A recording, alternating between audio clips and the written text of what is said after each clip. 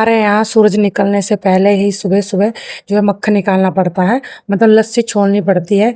और हमारे ये बड़े बुजुर्ग कहते हैं हमेशा, और मैंने जो है थोड़ा सा मक्खन निकाल के रखा होता है, ये पानी में धो के अच्छे से, ताकि इसके मैं फिर परांठे बनाऊंगी।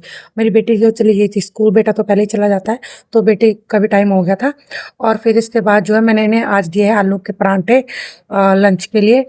और फिर हमने भी आलू के परांठे बनाए बाद में, क्योंकि हमने तो खाने थे गर्मा गर्म, इसलिए मैं तो तभी बनाती हूँ जब बच्चों को स्कूल भेजने के बाद ही गर्मा गर्म परांठे और चाय बनाती हूँ, और फिर बाद में गर्मा गर्म खाती हूँ। मुझे तो तवे से उतरते हुए गर्मा गर्म परांठे अच्छे लगते हैं।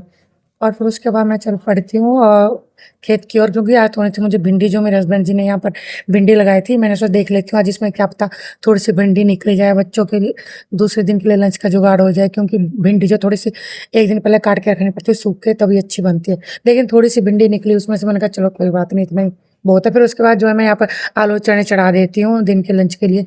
और फिर पापा जी पर जो यहाँ पर पपीता काटे थे, पापा जी हमेशा पपीता काटते हैं, वही तोड़ के पकने डालते हैं, और फिर हम जो है सिर्फ खाते खाते हैं। और ये जो पपीते हैं ये थोड़े से पीले हो जाते हैं, लेकिन फिर इनको बाद में कार में लपेटना पड़ता है। फिर मैं जो है यहाँ पर मिर्चें लेकर आती हूँ पेड़ से, मुझे ताज़ी ताज़ी लाल मिर्ची पसंद है। और यही वो पपीते हैं जो थोड़े थोड़े पकते हैं, फिर इनको तोड़ना पड़ता है।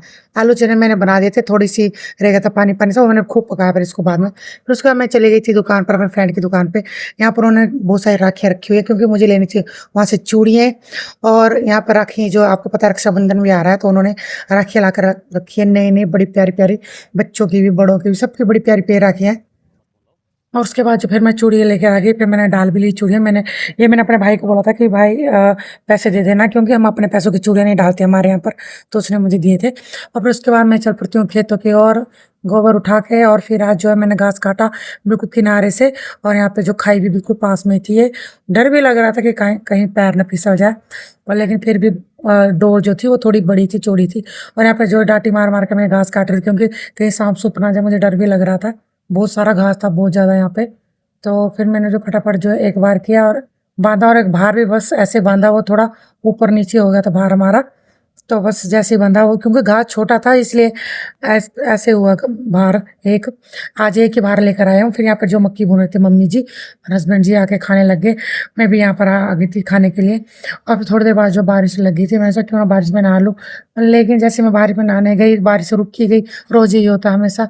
और फिर मैं नहा धोकर खाना बनाया, और फिर उसके बाद जो दूध यहाँ पे जमने के लिए डाला, सुबह का दूध था और रात का कुछ गर्म था, दूध कुछ ज़्यादा ही गर्म था, और थोड़ी सी मैंने खटाई डाली, इसलिए मैंने दूध जो बाहर रखा वहाँ पर बरामदे में, ताकि वहाँ पे थोड़ा ठंडा रहे और लस्सी जो अच्छे से बने।